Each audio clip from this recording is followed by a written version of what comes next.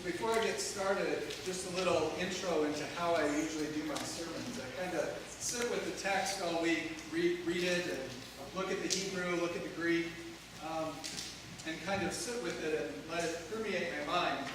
And as I do that, I come up with some sort of illustration, something at the beginning, to kind of get me started on the sermon.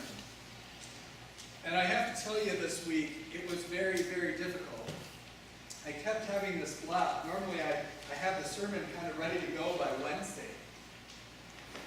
And when I got up this morning, I still didn't have a sermon. And I thought, what is blocking my mind here? Why am I so blocked on this? And then it came to me, I'm anxious. I'm anxious because this is my last Sunday here, and I want to make a good sermon. This is probably the first time Pastor Lisa's heard me preach, so I want to make it good. I didn't want my group to come all the way out from Waukesha just to hear a crummy sermon. And then I found out last night my family's here too. I wanted a good sermon for my family. So I got all this anxiety about me, and I realized it was blocking me. It was blocking me from connecting with y'all. And so I just thought I had to name that. Get that out of the way. And as I realized that, I realized, I just have to tell them I'm anxious because I want to give a really good sermon. And I'm also anxious because you might be judging me. So judge away. Context is everything. Context, context, context.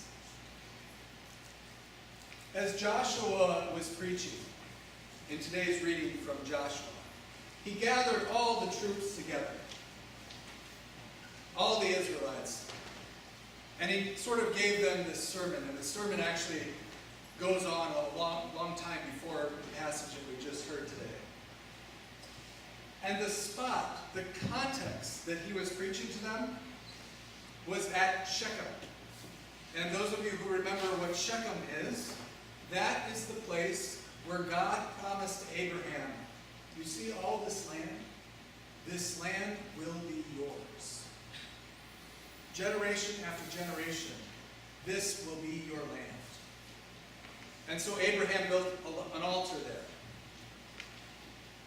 And hundreds of years later, this is where Joshua stood as he preached to his troops and said to them, get rid of those things that block you, that keep you from connecting with God and each other.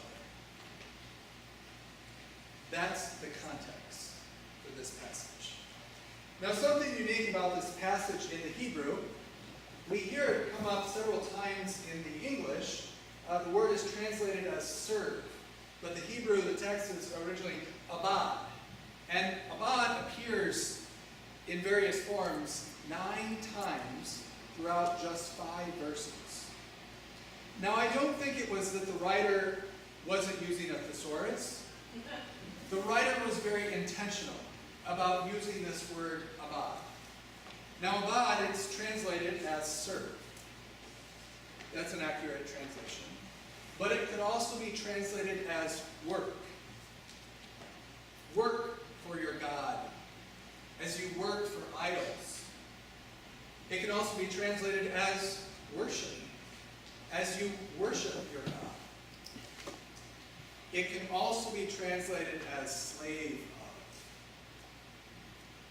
of. Put aside those slaves. Put aside those things that you are slaves of. Those things that block you from God and each other.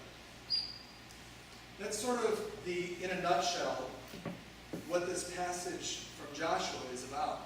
Joshua is reminding them of their connection with God and each other, and the things that stand in that way.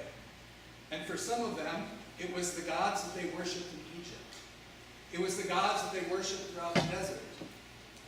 So Joshua, in a way, is reciting history back to them and reminding them of the ways that God journeyed with them, God traveled with them, and brought forth God's love and grace. So as I thought about our own